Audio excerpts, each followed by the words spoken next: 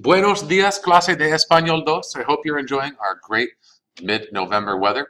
It's time for us to take a look at capítulo 3.3, vocabulario gramática.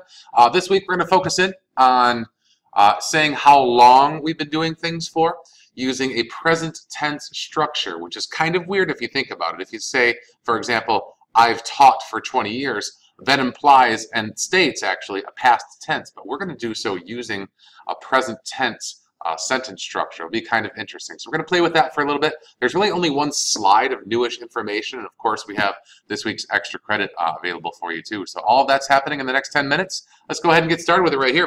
Talking about hobbies and pastimes, empezando con la banda, of course, just the band.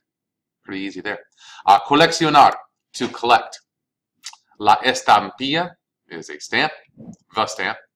Estar loco por, to be crazy about something or for something. Example, estar loco por jugar fútbol americano. I'm crazy about playing football, okay? Hacer monopatín, to skate. Interesar, to be interesting or to interest. And notice that afterwards there's the word le afterwards. We're going to get into that a little bit more during the course of the week. That's kind of a weird reflexive. There are times when you could say, for example, me interesa mucho. It interests me a lot, or it gives me a lot of interest. So we'll be using it kind of like a reflexive sometimes. Jugar, of course, is to play a game. In this case, jugar a las cartas, to play cards. La moneda is the word for coins or money. El pasatiempo is a pastime. El rato libre is free time. Reunirse con amigos is to hang out with friends. Tocar is can be to play, as in to play an instrument, like tocar un instrumento. It can also mean to touch as well. So depending on the context of your usage, tocar can be either to touch or to play something. Trabajar en mecánica is to work on cars, or the literal translation to work in mechanical things, but basically to work at a shop, trabajar en mecánica. Usar una computadora, usar la computadora, to use the computer, of course. Continuing on, just a few more here. Comenzar, is, like empezar, means to commence or to begin doing something. And this is an important expression here. ¿Cuánto tiempo hace que? That's to ask the question, for how long have you done something? The literal translation is kind of weird. Cuánto is how much, tiempo is time, hace, it makes, que, that. So how much time it makes that. So in order to complete that sentence, it would be something like, ¿Cuánto tiempo hace que estudias español? The literal translation, how much time it makes that you study Spanish. What you're really asking is, how long have you studied Spanish for? Which I know when we generally translate it, makes it sound like a past tense. But in the way that we use it specifically grammatically, it ends up being in the present tense still. So kind of weird like that. The expression hace que is how you express how long it's been since you've done something. For example, hace muchos años que estudio español. So it makes many years that I study Spanish. Probably a more correct way of stating that in English would be, I've studied Spanish for many years. So even though you're expressing it technically using a present tense, you end up generally expressing a past tense idea. So kind of an interesting phrasing. We're going to revisit that in a moment. A couple examples for how you might see these in sentences. ¿Cuánto tiempo hace que tocas el piano, Lupita? How long have you played the piano for, Lupita? Literal translation, how much time it makes that you play the piano, Lupita. So obviously a little bit more stilted when looked at it exactly. When you generalize, we can clean that up a little bit grammatically. Hace 20 años que lo toco.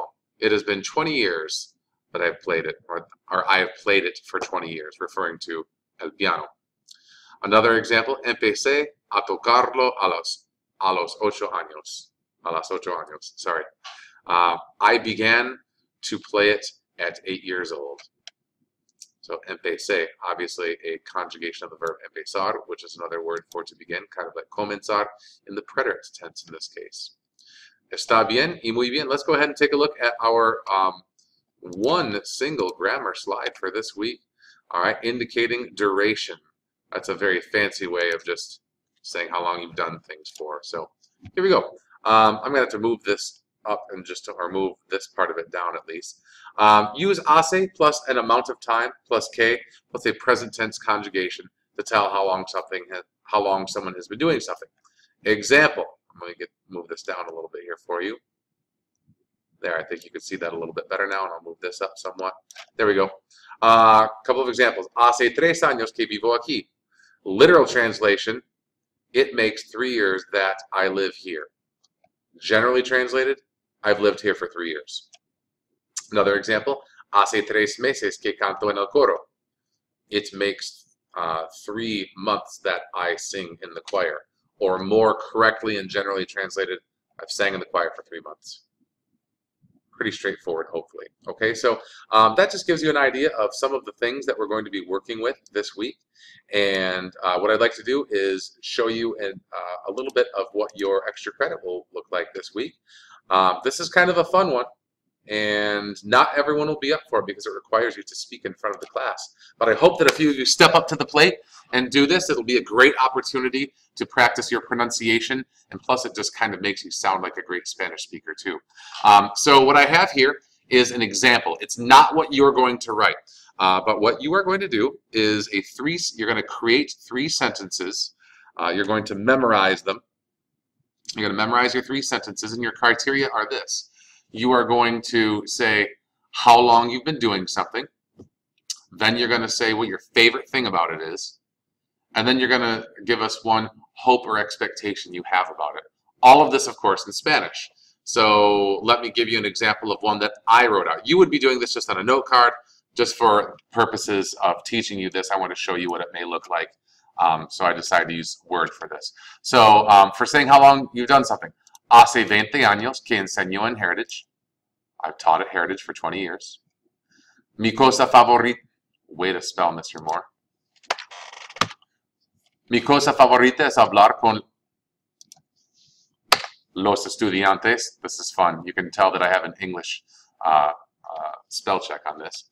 Mi cosa favorita es hablar con los estudiantes. My favorite thing is to speak with students. Y yo espero viajar con estudiantes a la América del Sur algún día. I hope to travel with students to South America someday. Okay, so what I would like to do is have for you to write this same thing out on a note card. I would like you to have it in English and also its translation in Spanish, so you're saying what it is you're trying to say, so I can read both. You will write it on this note card with your name on it. You will recite it from memory in front of the class. Now, you don't have to tell me what it means in English in front of the class. Not interested in that. We may play with that idea during class, but you don't have to as part of this assignment. You just have to recite your 3 lines in Spanish. Of course, you'll turn it into me. So you would just stand up, you would take your note card, you would either hand it in to me or put it off to the side, and you would stand up, and without even looking at your note card and addressing the group, you would say your 3 lines. You would say, Hace 20 años que enseño en Heritage. Mi cosa favorita es hablar con los estudiantes. Y yo espero viajar con los estudiantes a la América del Sur algún día. And then we'd all clap. You'd have a seat, and you'd be much happier knowing that you learned some good Spanish skills and recited it in front of the group, having earned some extra credit in the process. At least that is our intent. So again, you will just write down 3 lines in Spanish using the 3 criteria, saying how long you've done something for, what your favorite thing about it, and what a hope or expectation is that you have about it. All, of course, in Spanish. You can use my sentence structures to do so. Obviously, as you can see, some of this has to do with what we're doing this week, which makes it a nice tie-in.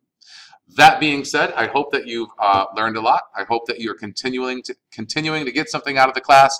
As always, ask questions if you are the least bit confused about any of our material. Kind of light this week. And since it is section 3.3, that means that we will be having a test at the end of this week too. So formulate some great questions about the test too, and we'll see if we can attack them during class.